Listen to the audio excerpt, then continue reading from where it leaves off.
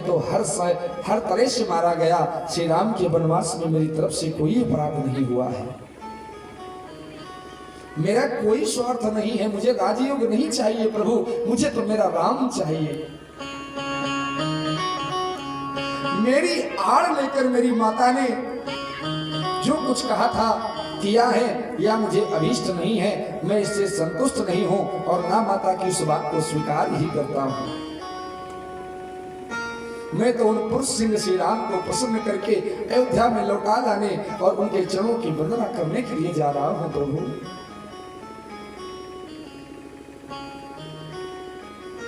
यदि आप राज्य करते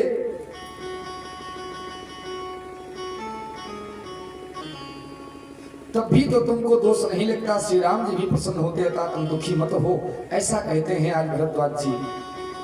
हे भरत, अब तो तुमने बहुत ही इच्छा किया है, यही मत तुम्हारे लिए उचित था।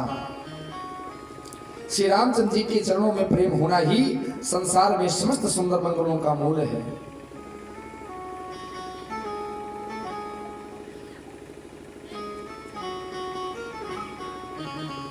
क्यों? सबको जाना है कि आएगा जब बुलावा हरि का, आएगा जब बुलावा हरि का,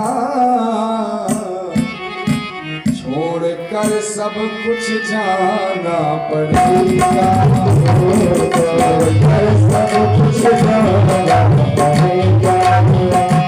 आएगा जब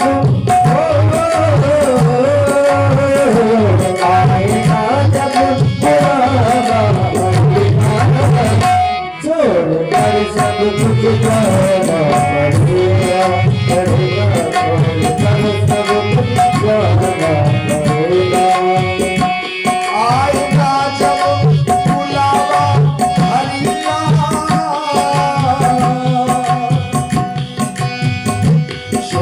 सब कुछ ये जाना पड़ेगा। आएगा जब बुलावा हरि का, छोड़कर ये सब जाना पड़ेगा। आएगा जब बुलावा हरि का, छोड़कर सब कुछ जाना पड़ेगा।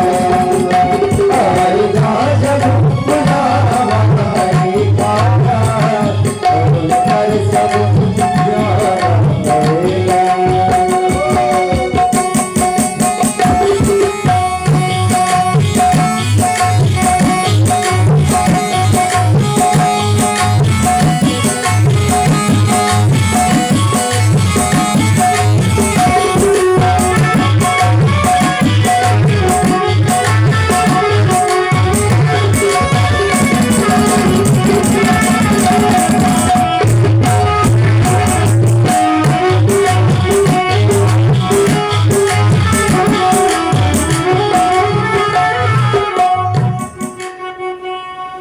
इसलिए प्यारे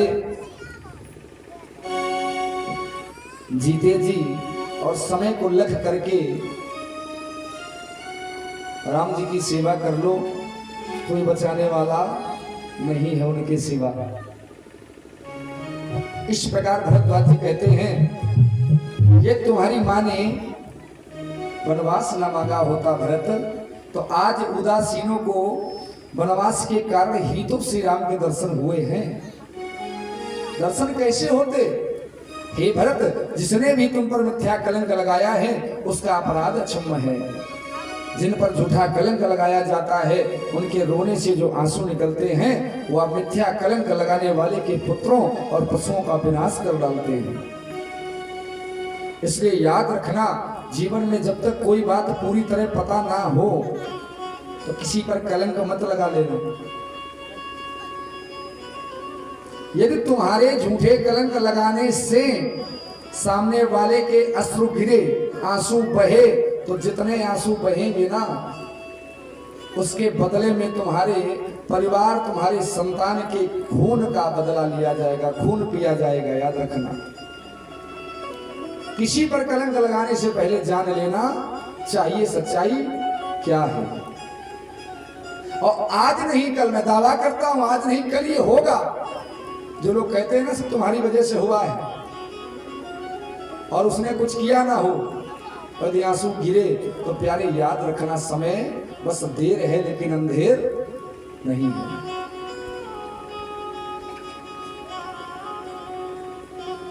परंतु मिथ्या कलंक लगाने वाले मनुष्य की शुद्धि का कोई उपाय नहीं देखा गया है।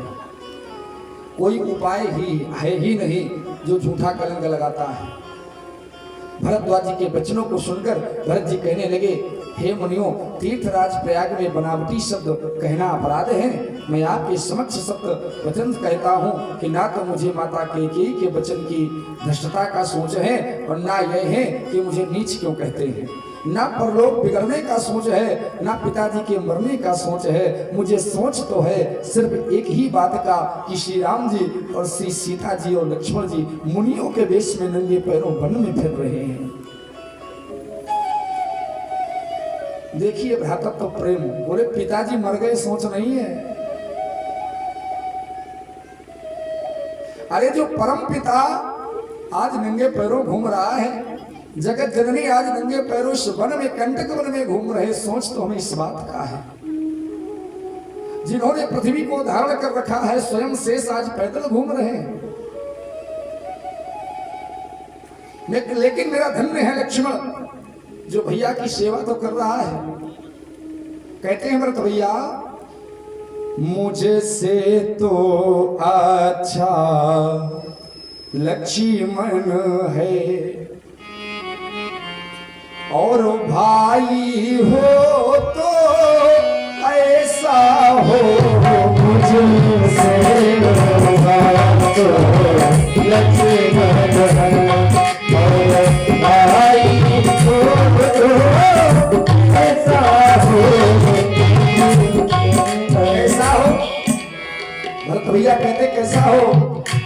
14 बरसों तक वन में रहे, 14 बरसों तक वन में रहे। वनवासी हो तो ऐसा हो। 14 बरसों तक वन में रहे। वनवासी हो तो ऐसा हो।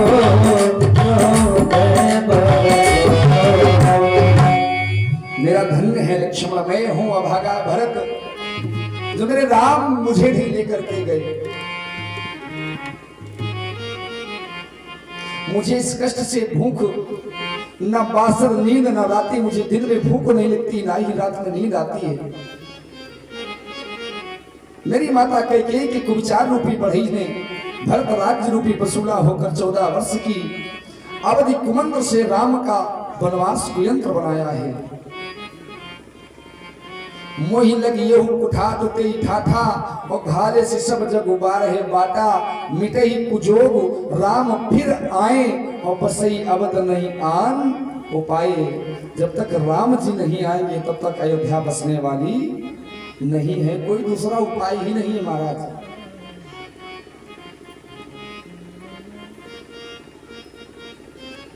क्यों?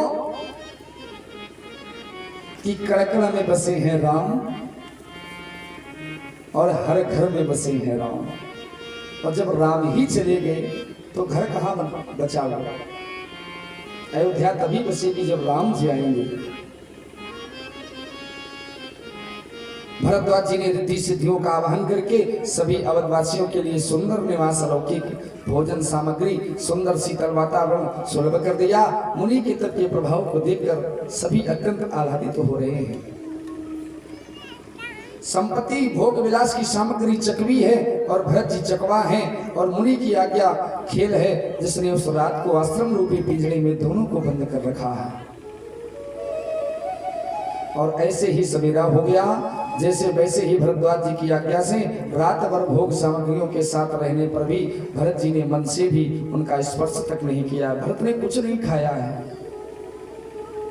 भरद्वाज मुनि से विदा लेकर भरत जी मार्ग में जहां जहां श्री राम ने विश्राम किया उन स्थानों को देखकर गमगीन होते हैं। इस दशा पर देवता पुष्पों की वर्षा करते रास्ते में बादल छाया करके चल रहे हैं और ठंडी हवा चल रही है। जैसा मौसम भरत जी के जाते समय हो रहा है वैसा श्री राम जी के जाते समय नहीं हुआ था। क्यों? भरत राम प्रिय पुण्य लघु भ्राता और कस न होई मगु मंगल दाता। तुलसी बाबा कहते हैं कि भरत जी राम जी के छोटे भाई और अत्यंत प्यारे हैं, फिर भरत के लिए मार्ग सुखदायक क्यों नहीं होगा। देखी प्रभाव सुरेश ही सोचू जगु भल भल ही पोच कहूं पो